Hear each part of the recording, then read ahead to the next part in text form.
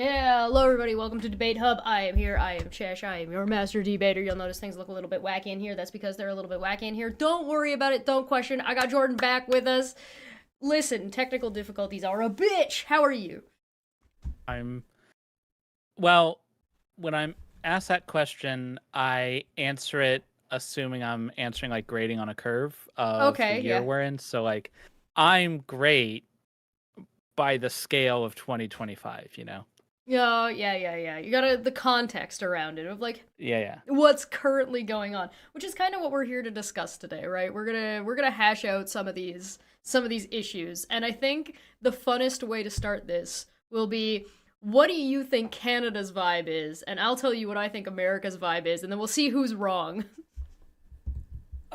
So I feel like Canada's vibe, it's kind of like if you're in a quiet neighborhood and then everyone starts to realize that one of the houses is like a meth lab, you know, and Mm-hmm. like and it's kind of like had like maybe fumes going for a little while, but now like it's just full on drug den, you know, maybe the house is on fire. It So went from it wasn't really a problem that there were people that lived in the house that did meth, but now like the the you crime, the know syndicates moved actually in. So like 4 years ago, like it seemed like they started dealing meth and then the cops came and cleared it out. Mm-hmm. And then like 4 years later, the original tenants came back, you know, and they Mm-hmm. said, "We promise we're not going to do meth, guys," and then But immediately started doing meth. and now they're friends with the cops. Yeah, yeah, Yeah, yeah. that's I like that. I think that's a good analogy. All right, the way I think, my view is just like, I'm personally just confused, but the way I view America is like, I feel like there's just a lot of very angry people that are all very angry for the exact same reason, but have a wildly different ideas about like how to deal with it. So Yeah. so it's like, if I had to make it into like a neighborhood analogy, it's like what the cops did in, was that in Maryland? Was that in Chicago?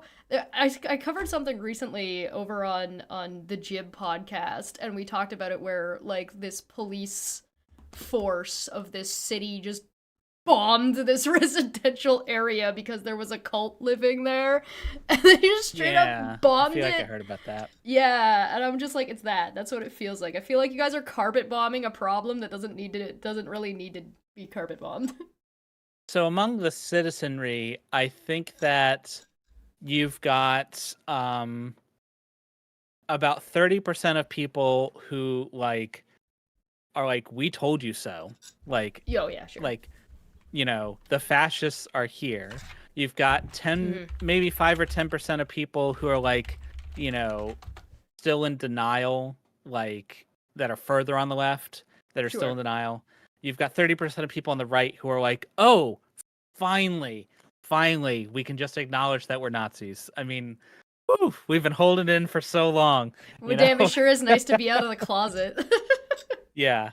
And then whatever the remainder is just kind of in the middle, like trying to like is vaguely aware that there are bad things happening, but isn't really following it and doesn't understand what's going on, you know? Sure. The kind of people who on November 7th, which if you're not American, that's the day after the elections, on November 7th, were Googling what is a tariff, you know? That was a Those really high people. number. I Um yeah, I think that's pretty fair. I think the vibe in Canada is no question mark. it's Can we not? honestly it's kind of impressive like how quickly this administration has destroyed the soft power that America has built over 100 years. Mm-hmm. Like in less than 100 days, America has gone from the dominant world power to not that, and not Mm-hmm. even close to that in like no time at all. Yeah, You know? I'm surprised by how quickly a lot of the like, I think we all knew when Trump won that some shit was gonna get weird. Right, I think everybody was like, "Oh yeah, we don't like Project 2025." I mean, we talked about that Project 2025 stuff and like kind of the policies and what they were pushing, and the type of people he was bringing in. But I don't think any of us thought it was going to go like that quickly. I so nothing they've done has been a surprise to me. Like, because we saw it all coming. They told us very clearly what they were going to do. Right. Yeah. Yeah. I thought that it was going to go one of two ways. I thought they were going to go a little bit slower, and because that's the more dangerous route. Like Yeah, oh yeah. slow and steady and methodical, They'll be more because successful. they've had years to plan, and like that is the way to like guarantee your success, you know? They have elected to not do that, and and instead go with 100% chaos at all times. Spray and pray. I mean, it is working for the most part, and like it basically they've gone all in on like victory or defeat in the first year. Like that's basically their. That does seem to be like, the case. I think they're trying to overwhelm the court system a little bit. I think that might be a little bit of the plan of being like, if we just throw enough stuff at them, they'll get tired, and also they'll start grading what we're throwing at them on a curve. Well, and also it's not just the courts; it's to numb the people. You know, if it is constant chaos all the time, it's hard for people to stay plugged in, and it's hard for the people who are plugged in to explain what's going on to the people who aren't paying attention. Because if you just try to explain to them what the government is currently kidnapping people off the streets, abducting them from their homes, human trafficking them to concentration camps, from which there is no escape, and then flatly refusing orders to not do that. Yeah. You sound crazy if you haven't been paying attention. Yeah, that does sound like what is going on. And yeah, I guess if you're not plugged in, it's not. I don't know how like up to date local newspapers are, or like local talk shows across America are, about what's going on. I do know that you guys have the same problem we do from the exact same group of people when it comes to like right-wing conspiracy media propaganda.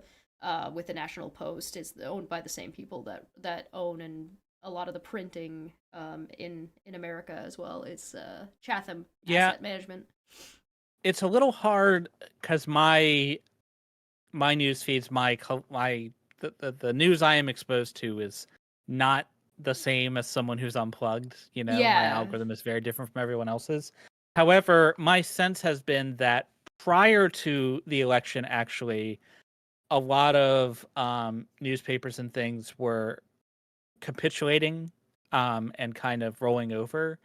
And since the election, which like it's too late now, but I mean, I guess better late than never. Sure. Some media has realized, oh wait, if we don't push back, we're all dead. Like he's just going to like we're the next ones to the camps, right? Yeah. And so you've got like the Atlantic with the Signalgate situation, and you've got well, even the Wall Street Journal has been more aggressive with Trump than they have been in the past, in my opinion. Right. I mean, so it's still not great, but it's there. The Rolling Stones articles have been pretty savage in some of their headlines. So there's like, obviously, if you get your news from Fox News, then, you know, why are you? Yeah, I would immediately say, why are you trying to get news from an entertainment channel? It'd be like me getting all of my news from Jon Stewart. Screw Jon Stewart. I cannot stand that spineless bastard. You know, I hate him so much. Oh no! Last month he was saying, guys, now, don't call Trump a fascist. He's not a fascist, guys. Don't overreact. You're overreacting, guys. He's not a fascist. Like, maybe one day, possibly. And this month, he's like, oh my goodness, guys, Trump is a fascist. He's a fascist. Who could... He was like... It was a surprise to everyone. Who could have seen this coming? Gee, John. I don't know, John. I don't know. Who could have seen it? I mean, I've been enjoying watching. So I don't really watch a whole ton of like late night talk shows. I have been enjoying seeing some of the clips from Jimmy Kimmel, because Jimmy Kimmel is just not giving a fuck right now. He's just like, oh, Trump already hates me. I'm on the list. I'm I'm Yeah. just gonna go in. Fuck them. I'm kind of here for that. So yeah, things are not great Yeah. here in the U.S. Not great at all. How's your Though, contrary to sorry? what a lot of I hear when I'm like on Reddit from people who are not in the U.S. I think Nah. the sentiment is, why aren't you doing anything? Why is nobody doing anything? Like Yeah. us, you, the people. Why aren't you out there protesting and stuff? Yeah. And we are. I've I seen some am. of it. Yeah. April 5th, I was in D.C. and we had over 100,000 people at the Washington Monument. We had over 1 million people nationwide. So like protests are happening very regularly, but they're not like, we're not Greece where you're storming the Capitol, you know. But I think sometimes people don't appreciate how big the United States is. Sure. Like the United States is all of Europe then some, you I th- know. Like if I'm being charitable to the American citizens, I think a lot of them are confused about like what's going on and how it's going to affect them, and I think a lot of like the direct one-to-one effects aren't done trickling down into and like actively existing yet. I think some yeah. of them are, but I think most of them are not. So like I think it's affecting your grocery prices already. It's probably going to start affecting your alcohol pretty soon if it's not already. But I don't think like your groceries are going to get way worse. Like, and you're only seeing like the beginning of it. If like the longer this goes on, the worse it's gonna get. So I think like, a lot of that hasn't really been hit yet. Particularly with if you get a winter season and a summer season for travel, because like people aren't gonna travel to America, right? Yeah. There's it hasn't, it feels like it's been forever. It has not been that long. So the worst effects aren't hitting your average run of the mill American. Yeah.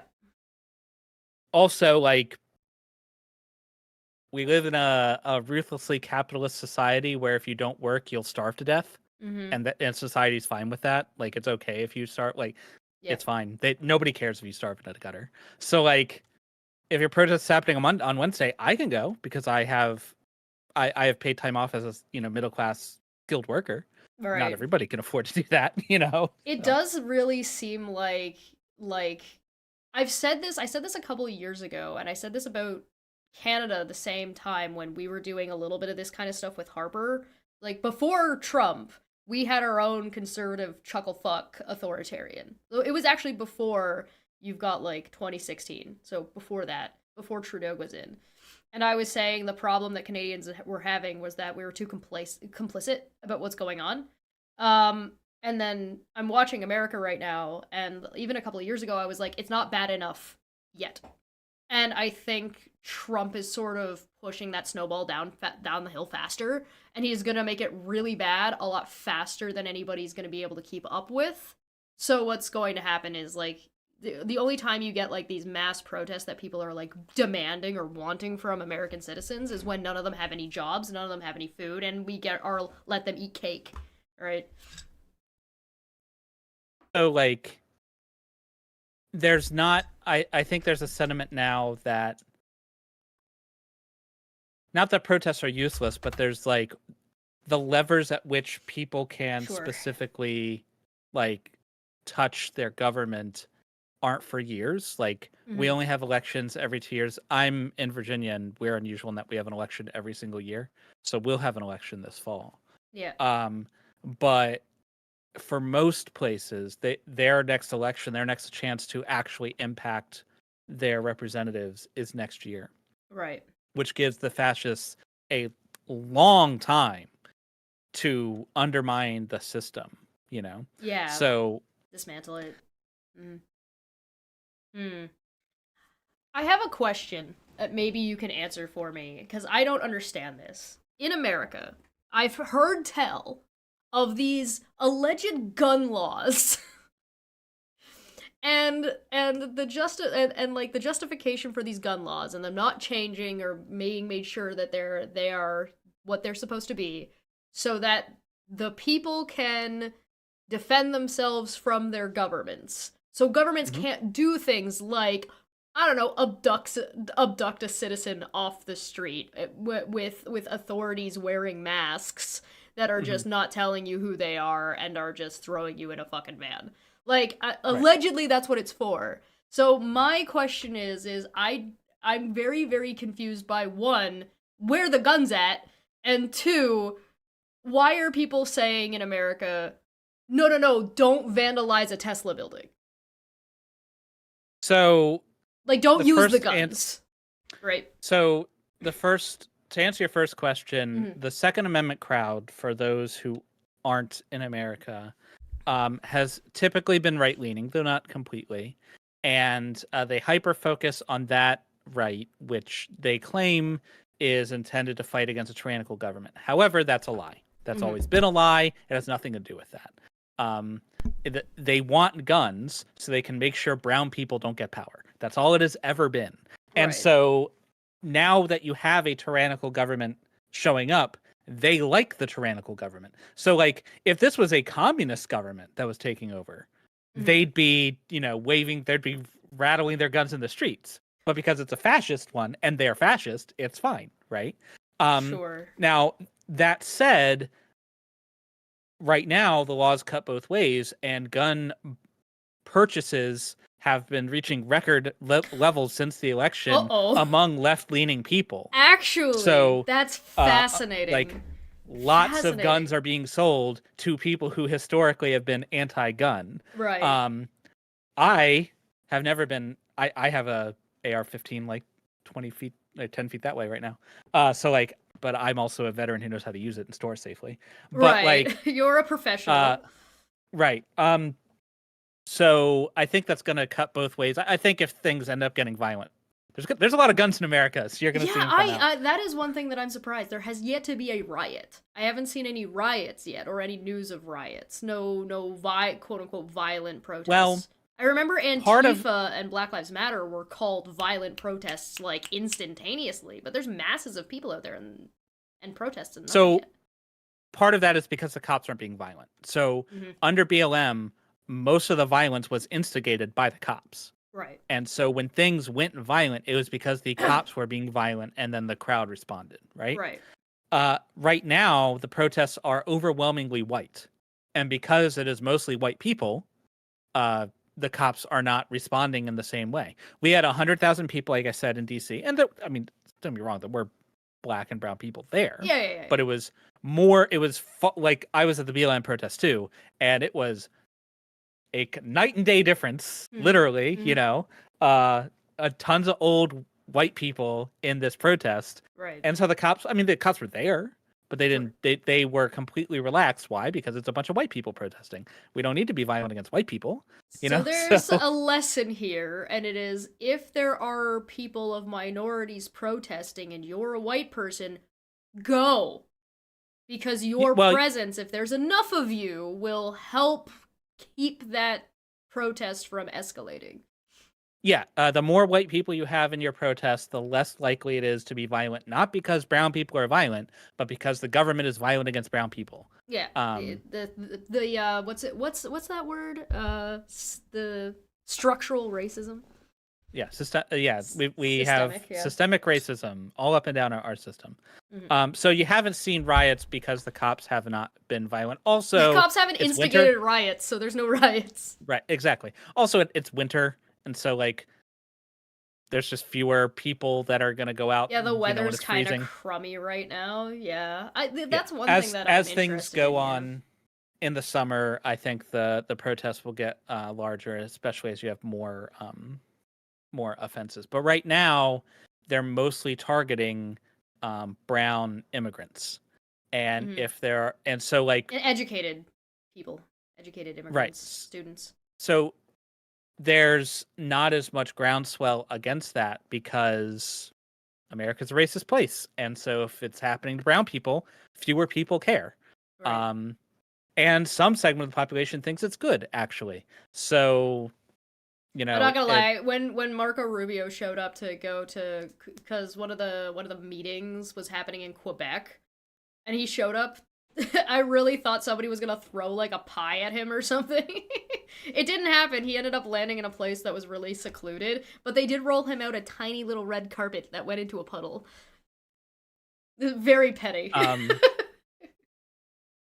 So I think as time goes on, you'll see more resistance. The question is whether it'll be fast enough and effective enough, and how quickly they will dismantle the system that we have. So right now, for those who, I don't know how familiar your audience is with American government, but basically you have three branches of government, allegedly co-equal. You have the executive, that's the president, and he runs the government. Him and like the FBI, all the law enforcement, that's all executive. They're supposed to execute the laws that Congress passes, and then the judiciary is supposed to interpret the laws and tell both branches if they step out of line and do something that's against the Constitution. But the problem is that the judiciary, first of all, the judiciary is compromised.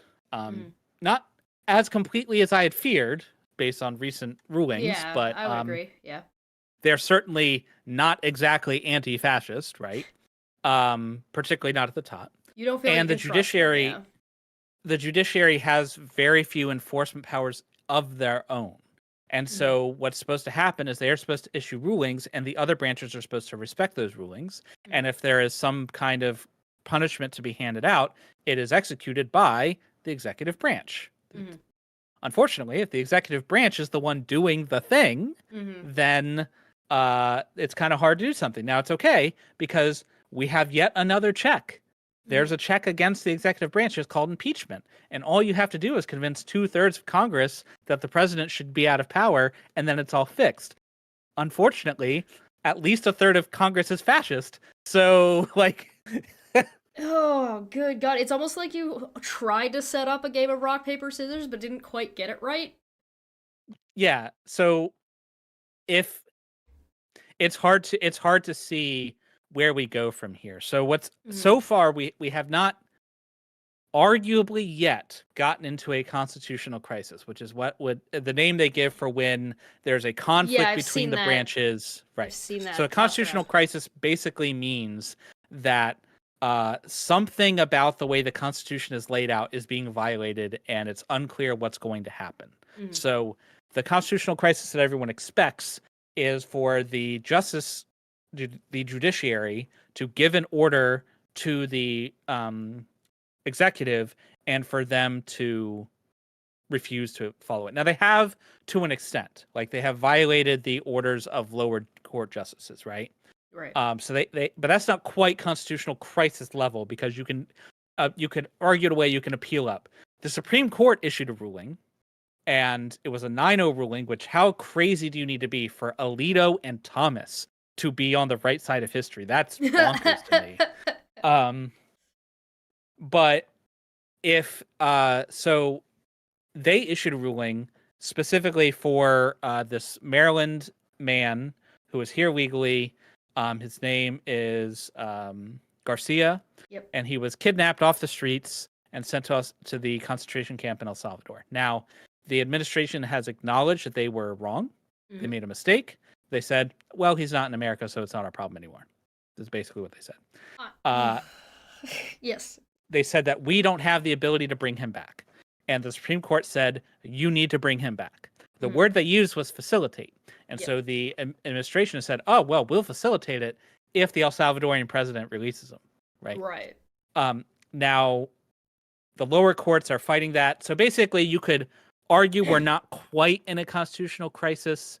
Maybe we're more like where a constitutional crisis is from the crisis region of France, and we're like in sparkling crisis. Yes. Maybe, but like it's clear there, and I think it's very clear that if somehow it goes back to the Supreme Court, the Supreme Court sticks to their guns and they say no, you actually do need to bring him back. Then I think the Trump administration is going to just say no, we will not.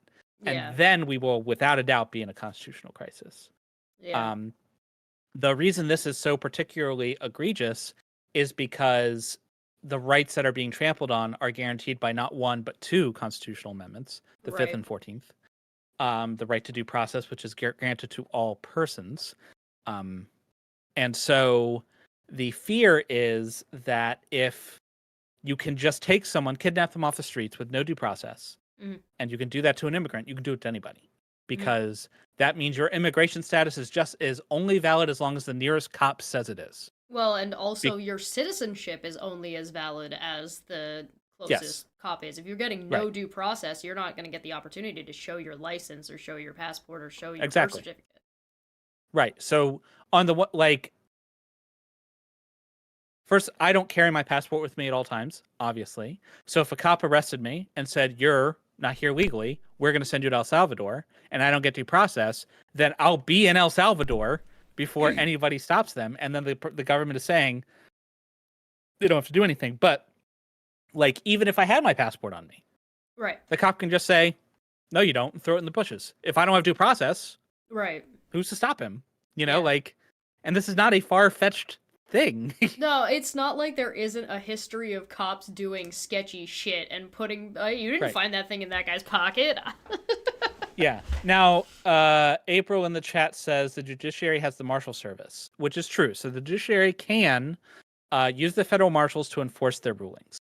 But first of all, the federal marshals are not a large group law enforcement agency, right? So they can order them to do things. It's unclear whether the federal marshals would follow the court's orders or would follow the executive. It's if the marshals do decide to follow the court's orders and the executive orders the cops to, like, are we going to have shootouts in DC? Like, what are we going to do? Like, you know, is that what happens to the military? Like, there's like a lot of questions around that kind of stuff. Like, what happens when Trump has said out loud that he would use the military to deport people. So, like, what happens when the military starts being the group that's involved in rounding up, I don't know, pro-Palestine protesters at schools? Yeah, regardless of who they are. They've already... So, using federal troops, and this is another weird thing in America, our military is divided into two portions. You've got the state-level troops, that's the National Guard. They belong to the governor. And then you have the federal troops, that's the army that everyone thinks of, right? The state troops can be used stateside whenever. That's their purpose. And so the governor has to sign an order allowing them to be used. But Trump could requisition National Guards from red states and then deploy them in the states. And that would actually be legal. Like, whether or not what he does orders them is legal. Can they be deployed in other states, or can they only be deployed in the states that they're from? They can be federalized and deployed anywhere. It happens all the time. In fact, one of the purposes is for disaster relief. Yeah. So if there's like Hurricane Katrina, there were National Guard soldiers from all over the country that were sent to Katrina in order to provide relief. There too. Right. Yeah. My unit, I was not there for this, but my unit was at one point activated and sent to the southern border to do border patrol. So they can be sent anywhere once they're in the federal government's hands, but because they're state level assets, they're considered differently. They're not considered federal troops, so it's constitutionally okay for them to be used. Can a governor then say no? If like if the president's like, "Hey, listen, I need to federalize these guys. I want to take the troops from California so I can send them to New York to do something," can Gavin Newsom be like, no? Yes, they are they are controlled by the governor. So the governor does not have to sign the order to let them go. Now that said, there's a lot of incentives for them to do so. They get paid a lot of money when it happens. There's all kinds of reasons why they would do it, and most governors, well, I won't say that. Some governors are all about it. Some states are all about it. Some states are not. In Iraq, like, most National Guardsmen who were there were from the same like 6 or 7 states that always sent their troops.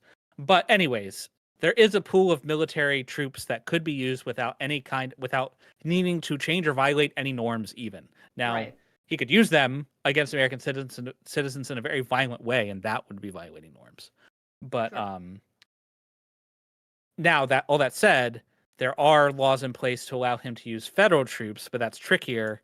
But of course, they don't care about laws. I only bring them up, not saying that they'll stop them, but saying that it would raise there would be alarm bells ringing It's to when they denote did the that. difference between breaking a norm and actually breaking a law, so that way when you're ready to be outraged, you're outraged in the right place. Because I've noticed Right. that's happening a lot, where people are just really mad and their anger is just directed at the wrong space. And it happens in Canada too, right? I've seen like right wing extremist fear mongering about quote unquote, oh, we don't have enough hospital resources, we don't have enough nurses, we don't have doctors, our wait times are so long, blah blah blah blah blah blah.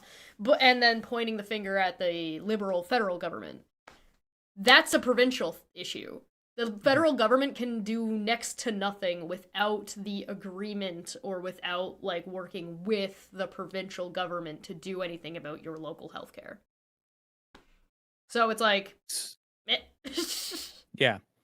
So I forgot where I was going with this. So anyway, yeah, troops. You could have you're talking about theoretically having federal troops fighting now. National Guard. I will say that National Guard troops were mobilized as part of BLM, and I was not. I had just gotten out of the military at this point, but I knew guys that I served with who were still in, who were mobilized, and interestingly, the army restrained the cops more often than they helped them. Good. I know of I know of some examples for such as there's a person I served with who he was present when there was a bunch of protesters peacefully protesting. They were sitting in an area. They weren't, I don't think they had a permit or anything, but they weren't like hurting anyone. They were just sitting there. Sitting And on the public police, property, yeah. Yeah. So the way it works when you're activated as National Guardsman, they'll take this group of soldiers and say, here you go, police, use these how you will. And so there'll be like a cop or two that then direct the soldiers to do whatever.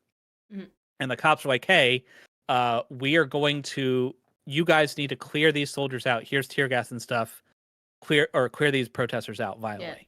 And the lieutenant who was in charge is like, why? They're not hurting anyone. He's like, we don't care. Do it. And he's like, no, no, I'm not going to. He's like, you have to. He's like, fuck you. No, I don't. Like, I'm not doing it. So yeah. So all I have to say is, I think if they were to use, like, if they were to jump immediately to both sides, this is very, let me start over. I have heard from both sides wrong things. Some people are like, the military would not hesitate to pull out machine guns and mow down civilians in the streets. And that is not true. It's a bit extreme. Yeah, not as they currently exist. That won't happen. But I've heard from the other side, like Knitting Cult Lady on TikTok, who's just delusional, who is like, oh, soldiers would never, no soldier would ever use violence against an American citizen. It's like, have you ever met a soldier? Yes, they would. Like, absolutely they would, you know? So, like... It's going to be like, it's a coin flip about what you're going to get, essentially. The truth is in the middle. If they use soldiers to immediately do overwhelming violence against American citizens in the streets, that won't work today. There'll be too many people who would refuse to do it, right? Yeah. However, if you say, hey, soldiers, we're going to use you to round up these dangerous criminals who speak a language you don't speak, and you're going to transport them from here to there, soldiers will absolutely do that. I think that there's also something to be said about which, like you mentioned, which branch you're getting moving. Are you, because if it's the Marines versus if it's the Air Force, which I don't think it would be the Air Force, but versus if it was like your army, like your guys on the ground. Because, like, it seems to me that, like, from my understanding of the branches of the military, they also all have their own sort of opinions about what they want to do. I'd say the Marines are the most indoctrinated and the most prone to violence. Whereas the Air Force is probably the least. Oh, and then there's the Navy. The Navy's the other one. Yeah, they're also one of... Technically, the Marines are a department of the Navy. Anyways, whereas the Army's kind of in the middle. I think the military as a whole is overall right-leaning. So I think with some effort, and they've already laid down the groundwork to do loyalty purges of leadership, right? Yes. If they were smart, and hopefully no fascists are listening, if they were smart, what they would do is they would use these purges of immigrants, sending them to concentration camps, and use the military to do that as a loyalty test. Who is going to balk and refuse to do this when this is something that a lot of Americans think is fine Mhm. and don't care because brown people are being affected, not them. And so you can use that to kind of purge your ranks and almost get down to you know, get down to the people who are willing to do more violence. And then you know, require them to do more and more Then you violence. just pick them out and start making like specialty Yeah, units and ice and stuff like that. right. Or you Why just use the cops. The cops will do whatever. why do you think ice wears masks? The same reason, because they don't want to be recognized for who they are. Like, Um, because people hate them and people don't like to be People are gonna hated. find out who they are and they're gonna like fucking protest at their houses. Yeah, And like like they they'll don't lose want their other jobs, or their because they families will be affected. even if they think what they're doing is right or they don't care, they recognize that what they're doing is unpopular, at least in the places that they're doing it. Right. Um, I just saw a report from Homeland Security that ICE officers are facing 300% increase in assaults against them while carrying out their enforcement operations because they're, you know, Good. they're they're doing fascist stuff. Yes, it is good in fact, but like, so why are they wearing masks? Well, one, because they don't want to be recognized. Two, because it's more intimidating. Mm, Um, they're just jackbooted thugs, like, you know. yeah. There's so a little bit onto a little bit more directed to the topic of today, which is like specifically about Canada and America. What do you think the sentiment about like how Americans on the ground and how even the military feels about Canada right now? Or if has there been a big shift in people's opinions? So, I think prior to all this nonsense, what most people thought about Canada was they didn't usually. Uh, Hmm. it just wasn't relevant. Nobody really cared all that much about Canada. They're just Yeah. kind of like, there's some people up As a there, Canadian, we know and we preferred it that way. right. So like most people just didn't care about Canada all that much. Yeah. After this, there has been, with the tariffs and the trade war and all the saber rattling, Mhm. even among the right leaning like people in America, there isn't any like acrimony towards Canada that I've been able to discern. Mhm. It ranges from people who are like, I would like to join the war against Canada on the side of Canada, please. And, you know, it ranges from Yeah. that to like, you know, and the people who are like, Canadians should not, in fact, buy American goods, you know, all that sort of thing. Mm. To people on the right who are like, I don't understand why we're doing this. Like, you know, So like, there's I don't, nobody being like, yes, we should be attacking Canada. There's the I mean, people who are that close to that are mostly just confused as to why they're yeah, doing it. I mean, I'm not going to say nobody. There's Yeah, yeah, always yeah. going to be someone who agree to anything, no matter how crazy it is. Sure, But sure, sure. like, I do like go through like r/conservative, which is just a disgusting, vile den, you know. But I Sure. like to Yeah. go so I kind of scroll through there to see what their sentiment is, I saw and Ben like, Shapiro was pretty confused. yeah, yeah, they lost Ben Shapiro, but like, I haven't seen anyone. I have seen people who have been like, the tariffs are good because it's going to help America in the long run. Sure. Something For magic reasons, jobs yeah. for reasons. Yeah. There's no like intelligence behind it. They're just saying it. So like there are people who support the tariffs Hmm. writ large, but I haven't seen anyone who's like, yeah, screw those Canadians. Like There's no anti-Canada rhetoric going around. not that I've seen anywhere. I Not in wish right I leaning could say spaces, the certainly not in left same. leaning spaces. You know, I like, so basically the American populace is like, why? I What are don't we doing? understand. Yeah. Yeah. And so like I saw an interesting story on trade wars and like an analysis of them. And one of the predictors of who's going to win is how much distress tolerance your population has. Yes. And Oh yeah, absolutely. Yeah, yeah, yeah, yeah, yeah, yeah, yeah, yeah, yeah, yeah, yeah. right. That might be. And Yes, I'll tell you, absolutely. while Americans historically don't have a lot of distress tolerance, they especially won't have a lot of distress tolerance against in this. Like, why? Like, nobody understands why we're doing this anyway. So, like, you know, there's not going to be much like patriotic fervor for, you know. There's a really big difference if you want to talk trade war and effectiveness and at like who is quote unquote likely to win. Two of the major factors that you have to look at is exactly what you just said: distress tolerance and like motivation. right now, like how motivated, what's the morale of your people? And right now, America's infighting. And if America is infighting with each other, and Canada is definitively not, at least not about this. We might infight with each other Yeah, about other things, but about like being like, no, absolutely not, fuck you. The 87% is the polls of Canadians being like, no?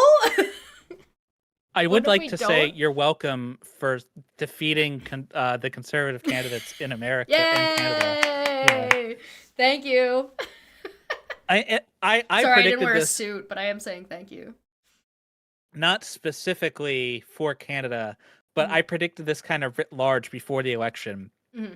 So it's like if you looked at World War II, Yep. that region, the rise of fascism in Germany, there was fascist movements all over, Yes. right? Yep. America had a large fascist movement. The UK had a large Canada fascist had movement. There are one. fascist movements That's where Elon Musk everywhere, came from. right? And then the Germany one became the bad guys, and everyone was like, "Oh, fascism's Wait a bad." minute. Actually, backpedal, and it defeated fascism. Like Germany won, fascism won here, which defeated fascism everywhere else. That You and know, it's the exact same thing. There is a movement in Germany, the AFD. There's a movement in France. There's Brexit is kind of the result of that. That was like proto fascism, and then right? it wasn't. They didn't do a good enough job to scare everybody else off of it. There was the Conservative Party in Canada is doing the same kind of fucking horseshit. So like, yeah, no, Trump winning accident, and then the way Trump has handled things has he's accidenting all of the good things. Everybody else is doing all the Right. good stuff. So we've got Well, less populism, more unity. China, South Korea, and Japan deciding to put aside historical like ancestral beef to be like, well, maybe fuck these guys though. right. Common enemy, man. Crazy. So in a trade war, it's not going to go well for the U.S. for a lot of reasons. One, we decided to declare war on everyone, You but just piss off two, everybody all at once. right? Speed run. But two, there's not a lot of support for it domestically, even among Yeah. people who are diehard Trump supporters. They're at best The most you can confused. get is, "I don't understand what we're doing, but I'm sure they have a plan," is basically the vibe. And Right. that's not a like full-throated endorsement. And people, when it starts hitting them directly, are going to become very dissatisfied very fast. Um, Yeah. so when it Yeah. comes to trade wars, that's not going to go super well. Yeah. Uh, I don't know if you want to get into what an actual war would look like. I think we can, but I think we need to save that either for later or for another stream because like I think that's a big topic and there's a lot to discuss about that and part of that's just timing is going to matter a lot. In my opinion, I think if Trump wanted to be smart to unify like get Americans on board so that way he had a better push at fascist populism and be more successful, he should have, instead of trying to fight a trade war with everybody, he should have just directed an invasion of Mexico. Yeah. I definitely expected Mexico to Not be that I pretty think that's a slow good for idea. expansion Not that I project. think he should do that. Just like if he wanted this result, that's probably would have been a better move. Because there's already like enough rhetoric, there's already enough dislike, there was already enough like reasonable things to get like Americans on board with wanting to invade or do And something with Mexico. It wouldn't and be easy, but also you whenever you're talking about sentiment in America, you must center racism because America yes. is at its core extremely racist. And so if you look at who we're going to invade, you've got Mexico, which is a bunch of brown people who don't speak English, Mhm. or Canada, which is a bunch of white people who do speak English. And if you say we're going to go fight the white people who speak English and are largely Christian, Americans' brains are like, "But white is good. What is wrong? I don't understand." Especially since like there's the amount of like property and the amount that we talk to each other. Like it's a lot. Yeah. It's a lot. Uh, So it's kind of absurd. It's like going to invade your cousin's house. It's like why are you Now, here? yeah, even with the trade war, if Trump had said, "Hey, we're going to institute a trade war against all of these countries and listed all the brown ones," Yeah, it would have been very different. yeah. You know. Yeah, we want to balance the budget and the only people on here are like India and Sure. Afghanistan and Yeah. Syria or whatever. Even Venezuela. There's, I don't know. It's very interesting. The sentiment in the two countries is very. I think it's interesting that there isn't really a whole ton of anti-Canada because for a little while there, and now the 51st state thing is resurfacing, so that's nice.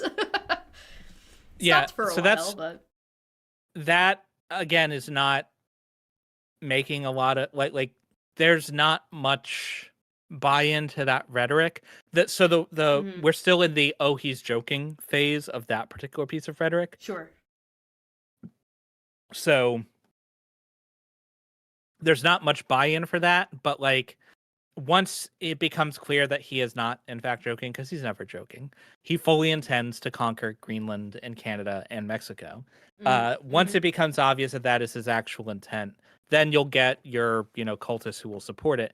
But like there's not a hatred for Canada. Nobody There's no there's build up just for not that. Yeah. right. Listen, the only person who hates Canada is Trump, and that's just because he's really mad that our prime minister was getting schmoozed by his wife and daughter. Yeah, but Trump hates everyone. Most importantly, Trump. Yeah. Like Yeah, fair. I think that there's like something to be said for at least the way I think our interim Prime Minister Carney handled the situation, as well as like as Trudeau handled it walking out the door. I think that mattered because I still think that Prime Minister Carney is the only one who made Trump come to him as opposed to going to him. He was like, no, no, no, no, no, no, no, no, no, no, no, we're not doing this. And I think that's a really big impact. And I think that has a big. Did that have an impact on Americans? It mattered to um Canadians for sure, and I think it mattered in our relations. But did Americans even notice? Or are they still busy not thinking about Canada? Americans didn't really notice. I'm very plugged in and Yeah. I didn't notice. Uh so like now it did make some splash the level of backlash against America that was in Canada. I think Mm, that was surprising to the elbows up some thing. people on the right, like Hmm. people who are like saw the immediate very angry reaction from Canadians and Europeans and people who had historically been our allies. Um and this like incredibly angry unified reaction Hmm. against us. Um, I think that was surprising to some people on the right. Um, some of the rhetoric, some of the things I saw was like, these are our allies. Why are we doing this? Like, Why are they mad? Why are yeah. they mad? Why are we making them angry? Gee, I don't know. But Why are you? so, Good question. so your prime minister specifically, I don't think it made a lot of notice. But things like, there are no American liquors on this town's shelves anymore. Like, Yeah. and even when we are like, hey guys, psych, it's okay. The response of being like, no, still fuck you. Oh Uh, yeah.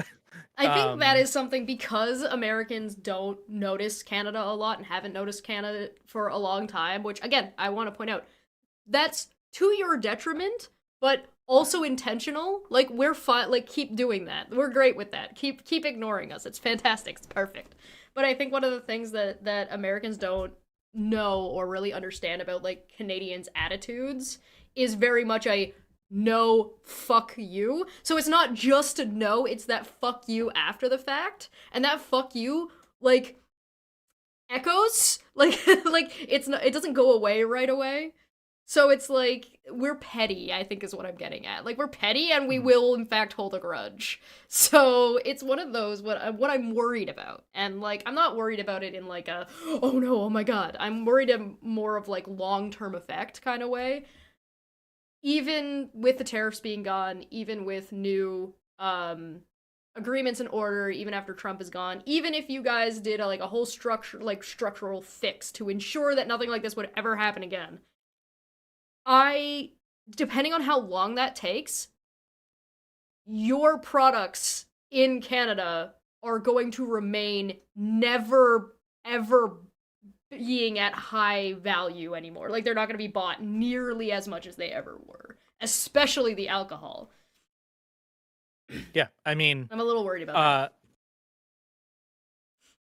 that. that this kind of so the tariffs aren't gone. Just to be clear, Right. he dropped the reciprocal tariffs, which weren't reciprocal at all. Yeah, Uh, but not on Canada and Mexico. So Canada and Mexico are getting like special treatment and they're not in that like chart. The chart thing is like a whole other fucking but thing. regardless of that, it's still Yeah. 10% tariffs for everyone, even if so the reciprocal thing is gone, except for China, which is escalating out of control. But it's still 10% Yes. across the board to everyone.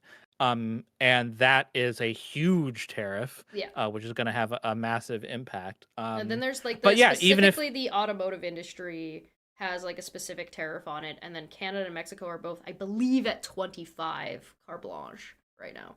even if the tariffs were removed tomorrow, Yeah. this shows that America is not a reliable partner, Mhm. and can't be trusted because unless and until these kind of structural issues are solved, and honestly, I don't see a way to solve them without a radical restructuring of our country.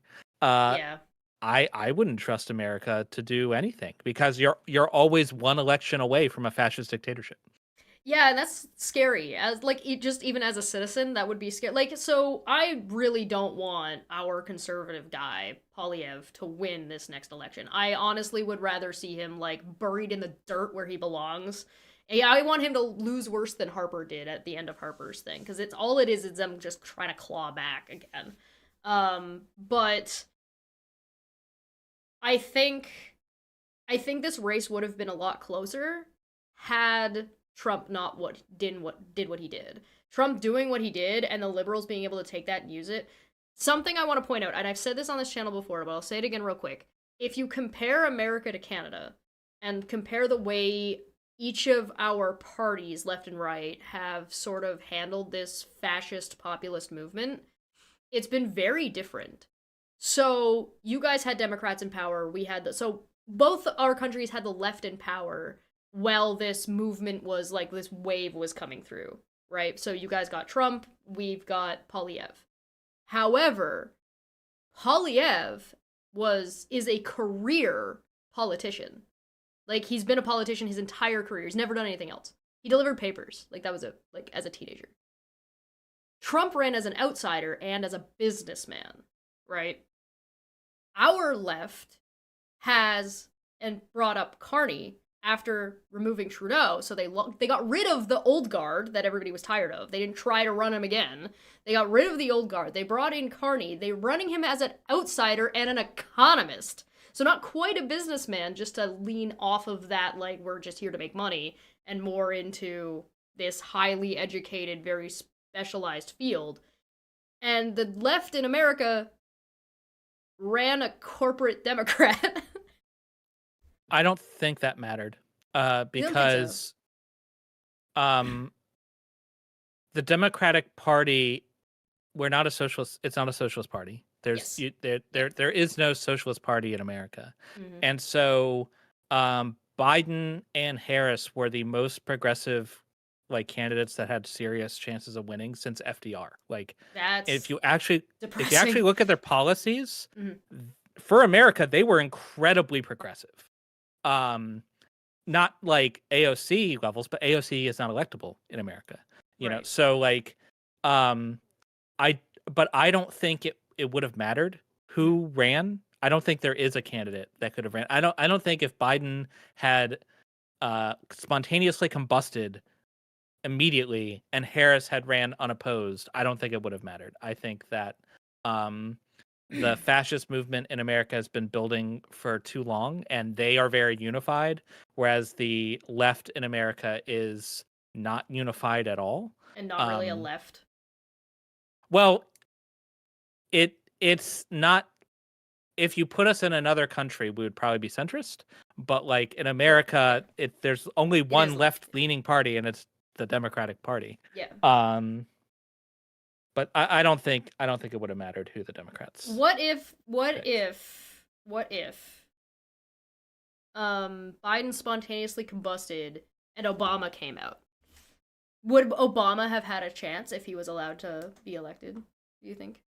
Maybe Obama is historically popular and is a unifying figure in the Democratic Party. He's like most presidents, he's more popular after the fact than he was during, Sure. He's much more popular now than he was when he was actually in office. Mhm. It's possible someone like Obama might have been able to win. It's possible. But I don't know. I don't think. I think that the Harris. I know this is an unpopular opinion, but I think the Harris campaign was about as close to a perfect campaign as could have been run, and it's just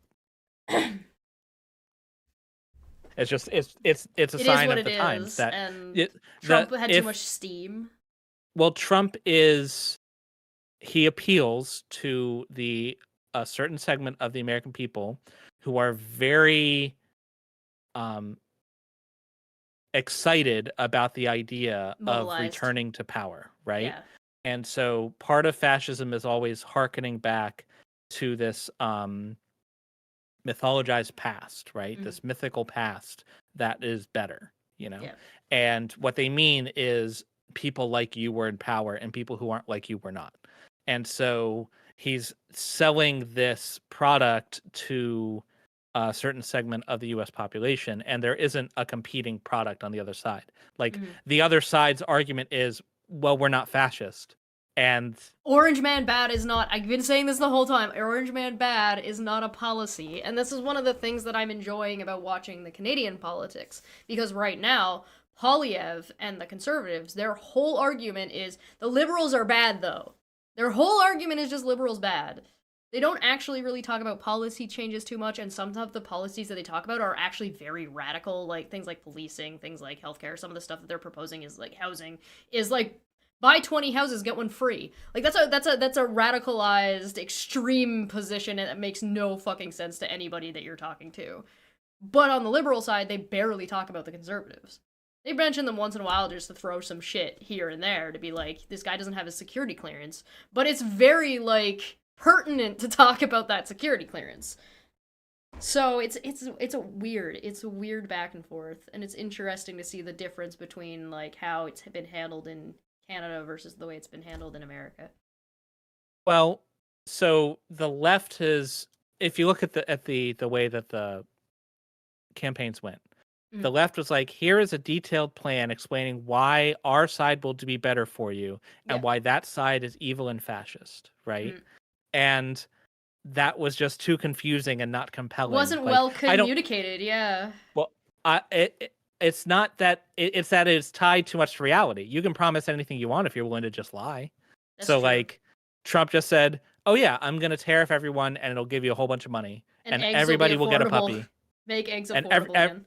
everyone will get a puppy and there will be a pot of gold in every backyard." It's just blatant lies. Like everything was a lie. Yeah. Uh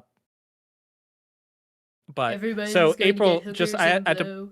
want to Yeah. answer this real quick on the Obama thing. April Okay. says a lot of people didn't like him as president and says he's popular as a person now, not as a president. Being popular as a person is all you need to win an election. Right. That it Especially is in a America. popularity contest. It's a Yeah. popularity contest, and Obama is very popular now. He wasn't popular when he left office. He is Mm. popular now. He was popular Uh, when he got into office as well. He was popular sure, before. He yeah, wasn't popular during his. I feel like it was his second term where he got when people really started to clue in and yeah. be like, I don't actually like this guy very much. But fundamentally, back to the two-party thing, Mm. Trump ran. He had a fascist rally at Madison Square Gardens where he just laid out like brown people are bad and we're going to get rid of them, Yeah. and the response was overwhelming positivity to that. So like, I don't see what you can do. Yeah, Like there's a if degree of like you this is what the people wanted, this is what they voted, yeah, and I there wasn't enough mobilization in any other direction that was feasible. I think that a not a majority, but a plurality of Americans are evil, bad people. I think Mhm. they are just bad people. They're just racist people. And Sure. so, like, if you tell a bunch of racists, hey, all of your problems are actually caused by brown people, and they won't listen to you, they don't believe you, but don't worry, I believe you, and we're going to deal with this problem by getting rid of the brown people. How do you combat that? How do you tell them, no, actually, you should care about people? Like, Yeah. there's no discussion to be had, you know? Yeah, it comes down to like a more less of a one-to-one election issue and more of a fundamental problem that I think America is facing. And part of that is the fascism populist, like that the being discontented with and upset and bothered by the status quo or by the system, thinking the system is broken, thinking the system isn't working for you, thinking yada da da da da da. And I think the left and the right both agree that the system is fucked, right? And it needs to be fixed. They just have radically different ideas about how it gets fixed. And one is just like, bomb the shit out of brown people. Thinks that that's going to fix your system. Because there is a fundamental racism problem. And the way you combat that is with, social programs and education over a long period of time. And you're out of long period of time at this point. Yeah, we tried after the Civil War, and it didn't get executed effectively enough. I mean, maybe if Antifa and Black Lives Matter were bigger, like had more white people, maybe, but that's not really an educational moment. You know what I mean? They also didn't have like a Martin Luther King, from my understanding. It was much more grassroots. I mean, it had impacts. Oh yeah. But I think what you saw is the pendulum effect, like the pushback against that. It was a flexing of muscles, showing the people who are on the right and who are, committed to this fascist plan that if they didn't act and act quickly, they were in fact going to lose power forever. Yes. Yeah. Or an urgency of so, mobilizing the base. Yeah. Right. They believe, I think accurately, that if they don't seize power now once and for all forever, that it's gone forever because the course of the population is not going that okay, way. And here's the thing. I think Canada did this. So usually it's looked at, the way people look at it is that something happens in America and Canada kind of follows along, and then like sort of, so as you saw this fascist populism rise, you saw it rise in Canada too. But if you pull the clock back a little bit further and you go back to pre-Harper, right, and look at what was going on in Canada and see what Harper did and how they got into power, because they got into power by coalescing two conservative parties, one more extreme right, one more like, you're reasonable, like you're Joe Biden. he would be right to center in Canada. So like somebody with those kinds of ideas who was just like, listen, we want to be fiscally responsible. We want to make sure that if we are making progress, but we're making it slowly and we're making it in a way that corporate America is happy with, right? That kind of thing. They coalesced two parties to be able to get a supermajority, because no other party, because now the left, all that vote was split between three different parties. So they were not going to be able to get enough power or get enough coalescing of those to get these two parties out.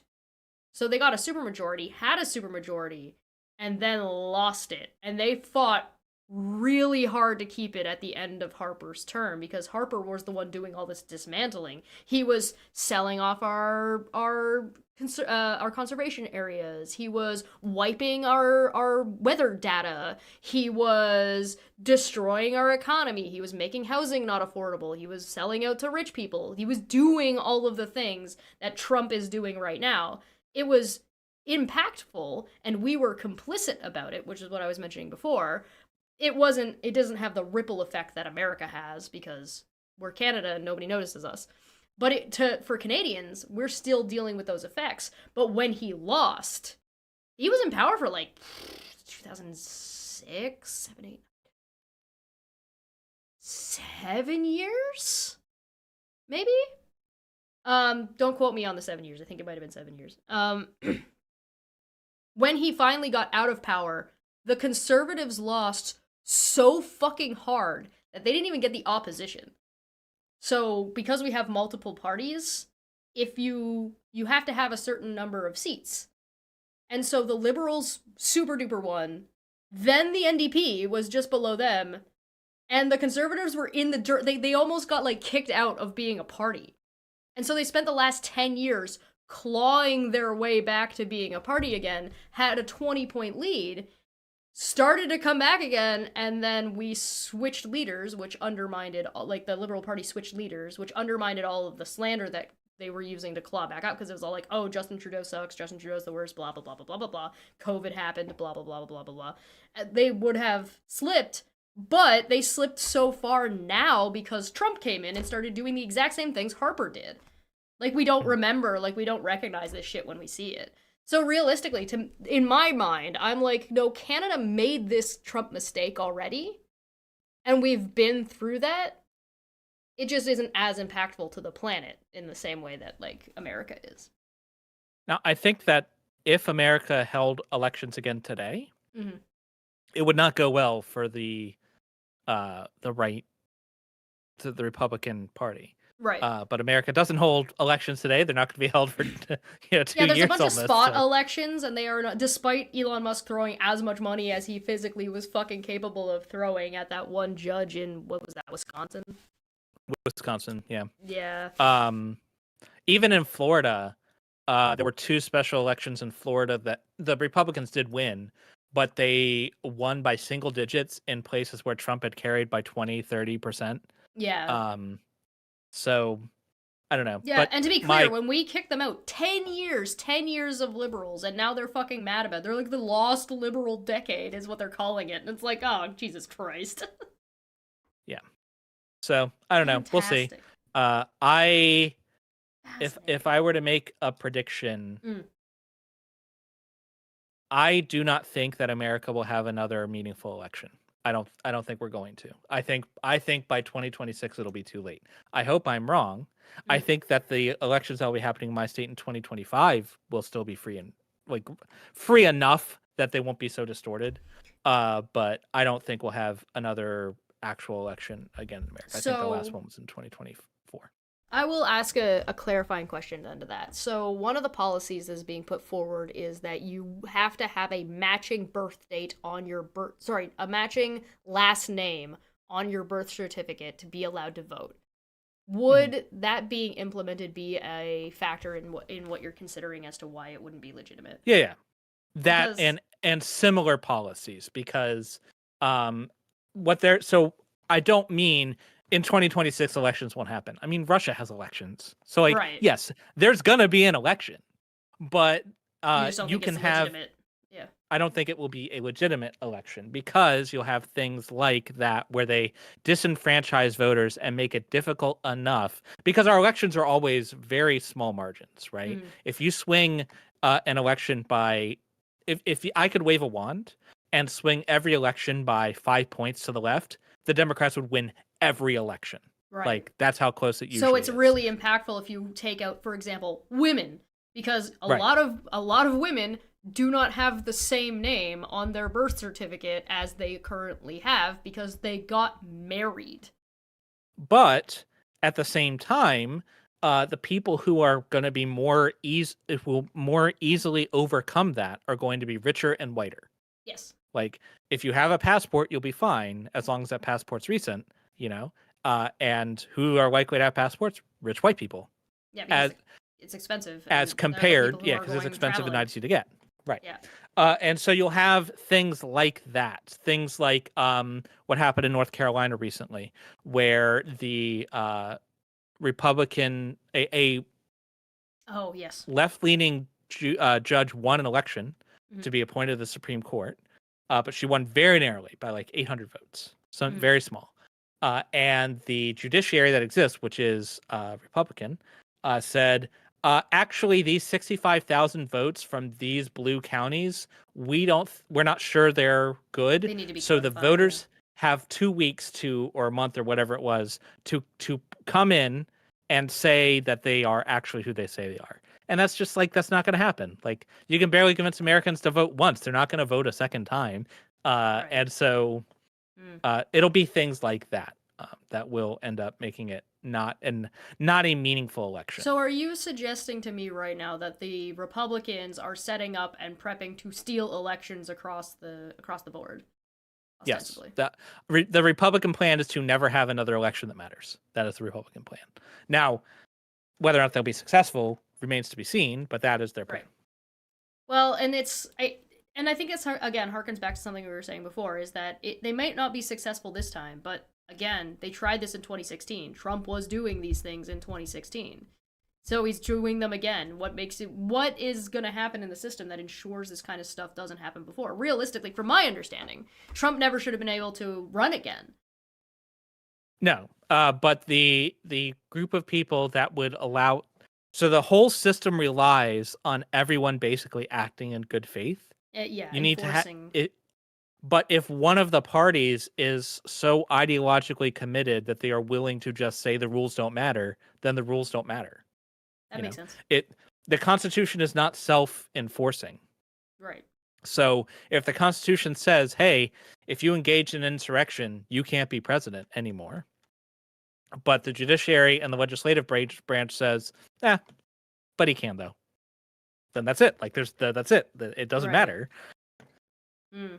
So So it sounds to me like the structures are in place and it's the people that are the problem right now. uh, if they were following the structures, if the Mhm. Constitution was being followed as written, we would not be having any of these problems. Like all of the bad things that Trump is doing are contrary to the constitutional order that have been set down. Mm. The legislative branch is supposed to have control over tariffs. They've given some of that authority to the president, but he has overridden that authority and gone way beyond things that he was granted. Mm. And so the actual remedy would be for the legislative branch to say no and to call that authority back. Even if so, if things are working as they should, then the Congress could pass a law saying no, you don't have tariff authority anymore. Trump would obviously veto it, but Congress can overturn a veto. Mm. So all they would have to do is get together and vote and to keep this power to themselves. So if the system was working, the system itself, if working as designed, would be fine. We'd be back to where we were before. But the Right. problem is the system is not set up in a way to fight against bad actors. Like if the system, the people, all the Mm. system is a Mm. collection of people, right? And so if a collection of people decide we're not going to follow the rules themselves don't do anything. Yeah, if we suddenly agree that the pawn in chess acts as a castle, then what game are you playing? Right. Like so if we're playing chess and the person you're playing against is moving a pawn like a queen, Mm-hmm. and you say no you can't, and they pull out a gun and say yes I can, Too bad. Yeah.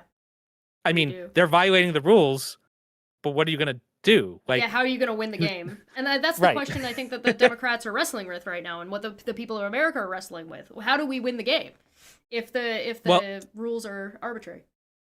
I think that the Democratic Party is fundamentally a status quo party. They are a party of the Mm-hmm. status quo, committed to the system as it exists. And so they are fundamentally incapable of understanding that that system doesn't exist anymore. The Okay. game they were playing in 2024 or does not exist anymore. We are not playing that game anymore. And so they keep doing things saying, but it's illegal, like that matters. Not that Right. I think saying it's illegal is important. You should not normalize it. You should not allow it to be normalized. Right. But the people in power, like your Chuck Schumers and things like that, are Just saying it's saying that, illegal yeah. and then thinking that's all you need to do. It's You like the know? difference between like Bill Clinton being like basically shamed out of office for having sexual relations with that woman, as Right. which is something that happened. Like that, he was toasted. He wasn't going to be able to be running for president again anytime soon, even if he was allowed, right? That was career ending, right? Whereas Trump is like covering up sexual relations with that woman, and the party that cares about supposedly has these ideals about family and stuff. It's just not. It's not career ending for Trump specifically. Well, because given the choice between a rapist and a woman, they'd rather have the rapist. Like I Yes. actually had a conversation with a person I don't think I'll name, but we no longer collaborate because I learned of his political beliefs. He's Canadian, but he's a Trump supporter, and I was Don't like, get me started but on them. like, but he's like a rapist, like. And this guy's whole persona is he's super Christian and everything. I was like, but he's a rapist. He like brags about assaulting women. And he was like, yeah, but I don't care about that. I'm like, what do you mean you don't care? What do you mean? Like, Yeah. what do you mean? Yeah. And I think that might be also a fundamental, like back to fundamental problems. There are fundamental disagreements that you cannot reach across the aisle over. Civil rights is kind of one of them. right? Yeah. You might agree to a slow rollout of civil rights and be like, hey, listen, we're not talking about this group right yet, but we're talking about this group. You might agree to that and be like, listen, we'll get there. But you can't just, like, you're not gonna, there is no, like, collaborate with the Nazi. There is no collaborate with the Right. rapist. You either think rape is okay or you don't. And there's no, like, where's the middle ground of some rape is okay, a little bit of Right. rape is Right. okay, Yeah. like Exactly. there's no middle ground. And so like So what do you do when you've got a two-party system and one group is like rape is not okay, but the people representing them are like, and then the other side is rape is fine, we don't care. yeah. No, in fact, rape is good actually. Mm. If you're a It's white good man. actually. Yeah. Mhm. That is where we stand. And then you've also I won't get into the infighting on the left. I Yeah. frustrates me That's fine. tremendously. But yeah. So Purity I don't know what we're politics gonna isn't do. great. I don't. I honestly don't know what we're gonna do because there is no mechanism within our system that can stop this unless so the judicial branch has been pushing back. Hmm. The Supreme Court recently issued, and again, a historic 9-0 decision, which it's hard to express if you're not American how rare those are. Yeah. That almost never happens. Um, and the lower branches of government have been pushed, or the lower branches of the judiciary have been pushing back a lot. Hmm. Um, if if Congress suddenly decided to do their jobs and back up the judiciary, then I think we'd probably be okay. Right. But they're But not. that's why They're people they're are not. interested in the 2026, right? In the midterms to Yeah. try to get more So power for Congress to do more. it's possible if we have actual meaningful elections in 2026, Hmm. and if things continue to go the way they're going, with Trump crushing the economy and tanking, and so doing things that will demoralize his own base, Yeah. making them poorer, Yeah. and doing things that will piss off the other side, sending people to death camps, then uh 2026 could lead to a big win for the Democrats. The Senate election map, you may not be aware, if you're not familiar with American politics, but senators, basically a third of the Senate is up for election every time.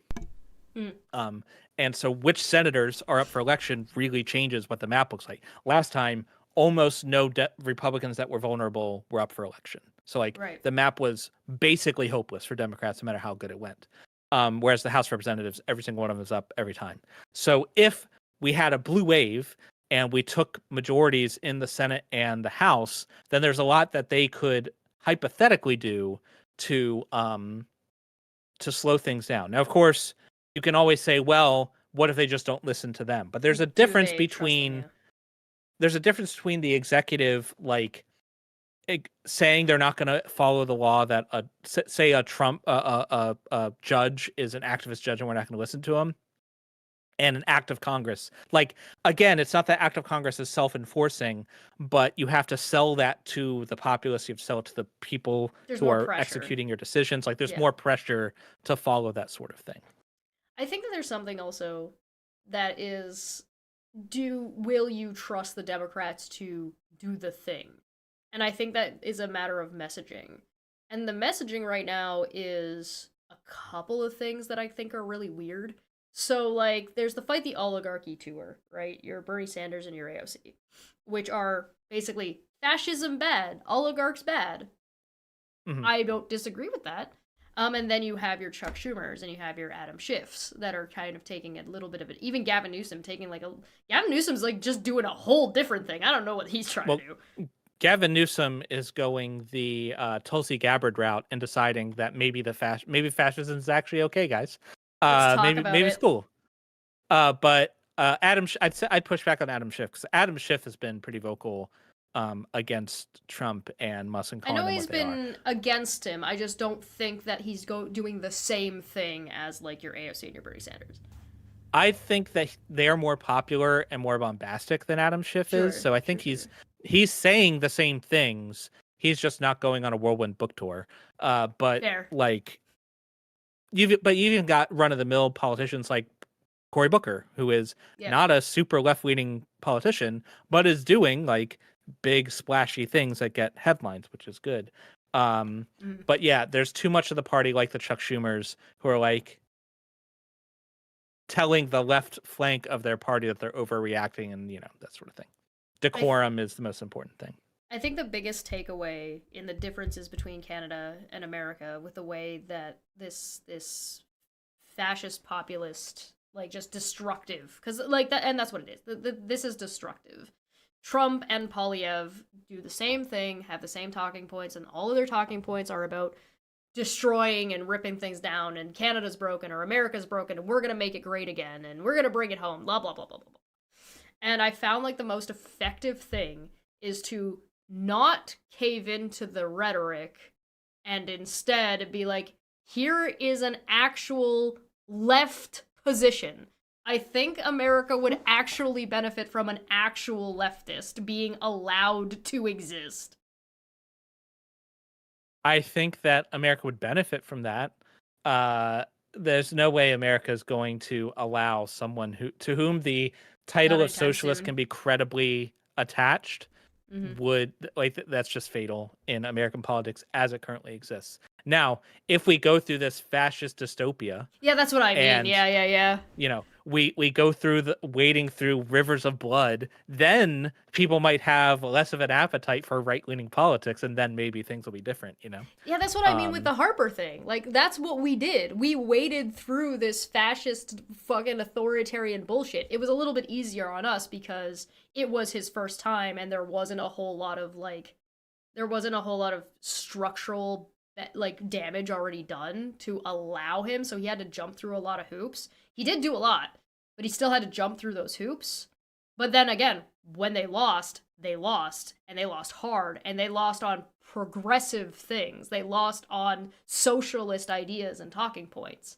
And when it's coming back, they're losing again on socialist talking points. So it really does seem like the cure to fascism is working together.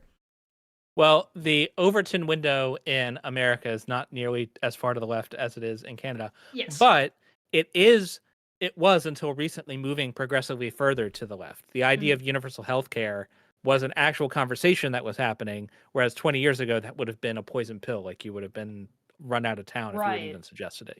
Yeah. So I think that there are left-leaning positions that could be popular if the Democrats would just unify and they gotta stand them. their ground. They gotta pick a thing that is going to get that affects a large portion of Americans that they can have a plan for, that they can be like, this is what we're going to do, this is what it is, this is how it's going to help you, and have all of the Democrats actually on board with it. Maybe one thing, pick one at least. If things get bad enough. Yeah. Well, and again, like I said, it took however long Harper was in, 7 years. But I think that kind of philosophically, Democrats and the left need to recognize that they are not a minority party in a democratic republic. They are an opposition party and a fascist regime, and they need to start acting like it. That's a good point. They need to stop pretending like they can just bide their time until 2026, right? And so they need to embrace the idea that propaganda is good, actually, and they need to get good at it. They need to embrace the idea that symbolic gestures can matter if they matter to your base. So a great example of that is Cory Booker's speech. He did not technically a filibuster because he wasn't delaying legislation, but a speech on the floor. Now, if the Democrats were smart, what they would be doing is they would be doing more things like that are loud and splashy and get the base riled up. That's how you would step into this moment, but they're not doing it. So I don't know. They're not doing it good enough, it seems. So I have one last question. When it comes to Democrats and Republicans doing stuff like this, do you think the left is adopting more or less this tear it down, the system doesn't work, mentality that the right kind of built its base on. As a rule, no. I think that there is a flank of the party on the far left that's like the accelerationist, like leftist, Mm. who is embracing that. I think that the rest of the left party is kind of prior to Trump getting elected, the idea was, yeah, the system sucks, but the alternative is to there's no clear path from here to where you want to go. Don't light the house on So, fire while you're still in it. Yeah. right. That's so like we have to work within the constraints of the system we have because tearing down the system is going to hurt a lot of people. Mm. Um, so that was prior to the fascists taking power. Now that the fascists are in power, you've got the accelerationist leftists who are like, hooray, the revolution I always pictured is here now. To the other people who are like, okay, the system's broken, but we don't have time to worry about that because like we're going to be deported to death camps. Right. So let's get through that and then we'll worry about the system. Like, Do you think that there's any credibility to this idea that there are people in positions of power that are, or people that are left leaning, who are purposefully not doing anything because they're trying to make a point and trying to get Americans on board with understanding how bad this is if they just let it happen? I maybe, but I think that's giving them too much credit. I don't think Fair? I don't think they're playing 4D chess up there. Like, I don't Mm-hmm. think that Chuck Schumer is like, oh, if I let Trump do this thing, like, and then I can make this great flanking maneuver. Like, I don't think Chuck Schumer is thinking like that. I think Fair. he's thinking like he is stuck in 2012 Mm-hmm. and is like, these policies are not very popular with the people. So if I just like talk about how unpopular they are, then in 2026 it'll be great. And like, bro, that's not the game we're playing now. So Yeah. no, I don't think that I don't think that the Democrats have this master plan that they're You like just don't. executing. Whatever happened to you don't negotiate with terrorists? Like you did, like that's the way every other country is talking about Trump right now. We're talking about like revamping these negotiations, revamping these rules, and everybody's like, no, don't negotiate with terrorists. You don't negotiate with terrorists has always been a Republican thing. Right. That's not a left leaning thing. That's not a liberal thing. What are you guys Um, doing? Stop negotiating with terrorists. I mean, I am a socialist, so I am not representative of the Democratic Party in America.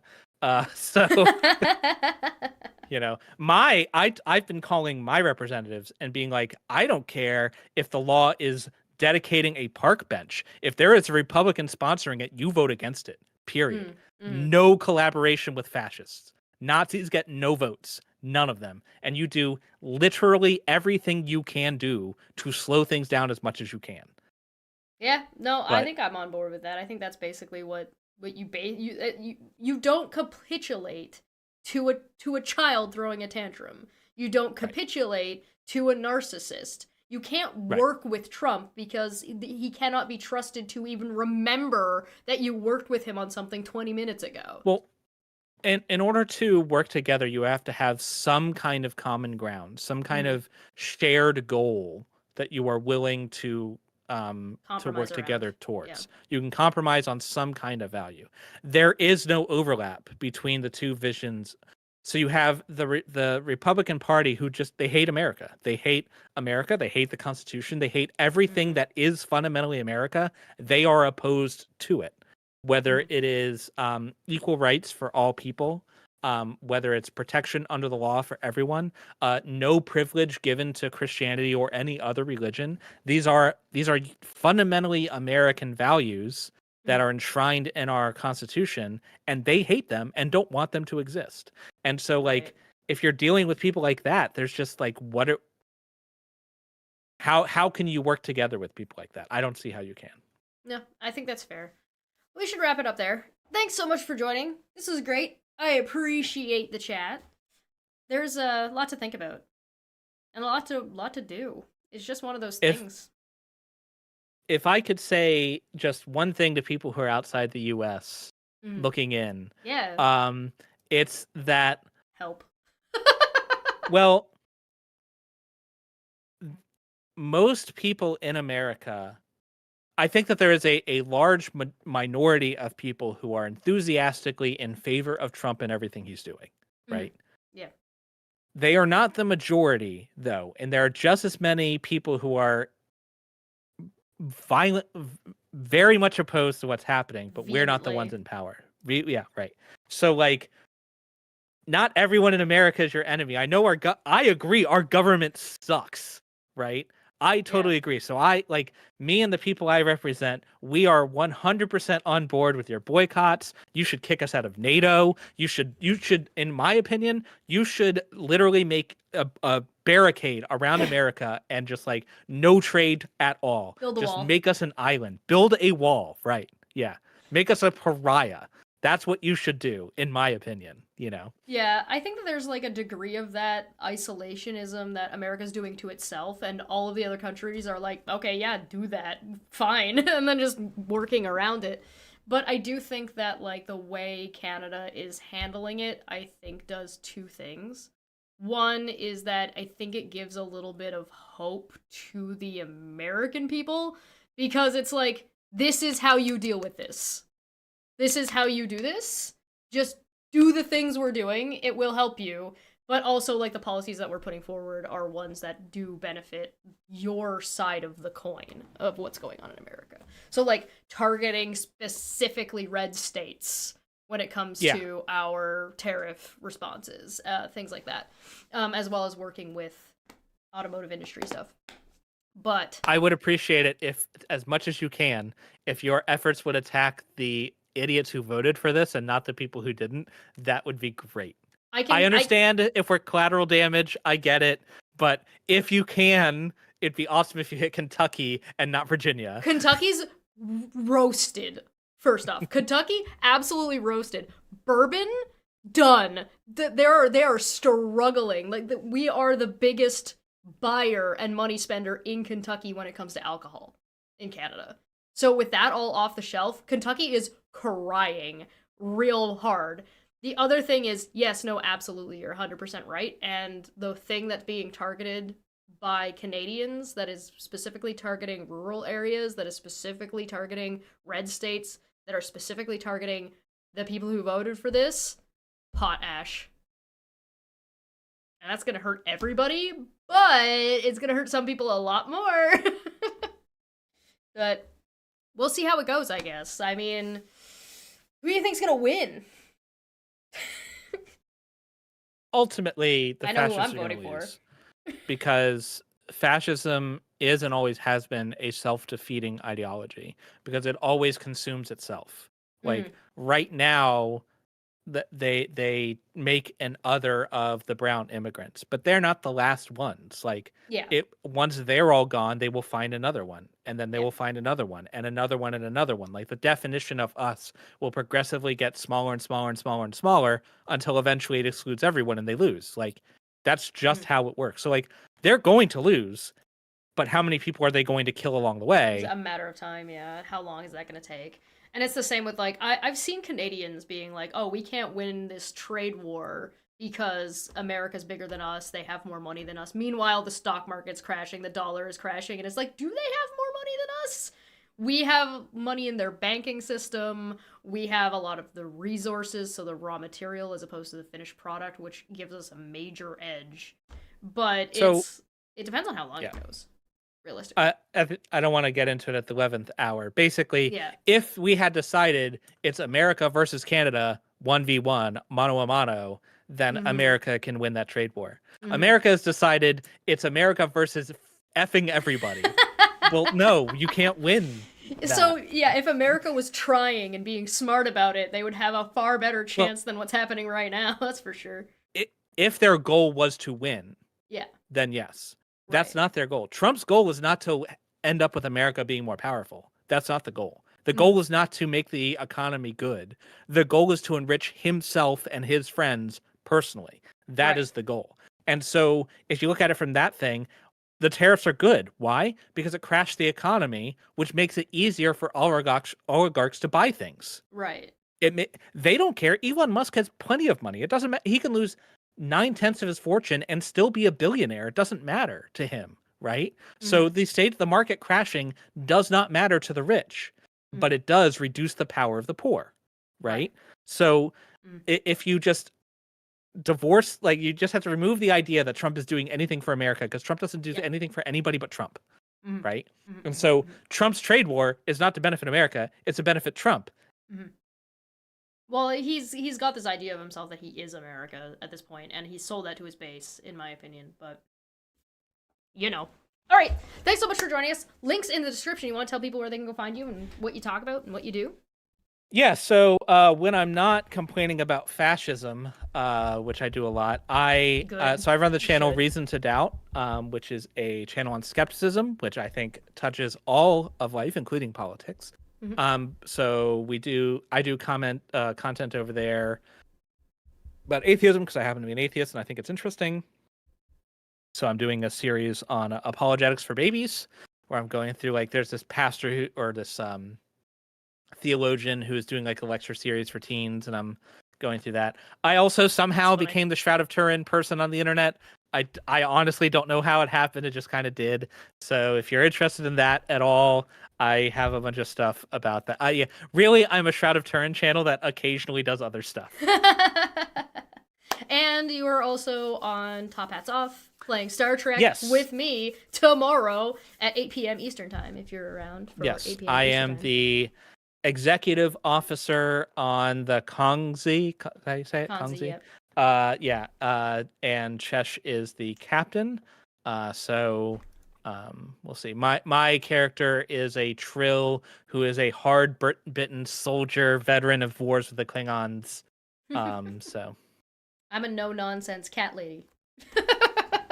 Thank you so much for joining us. This is a lot of fun. Live long and prosper. Yeah, 1 year up, elbows out. We'll see. Good luck, America. Listen, we care. Good luck. We salute you. Blink if you need help. See you later.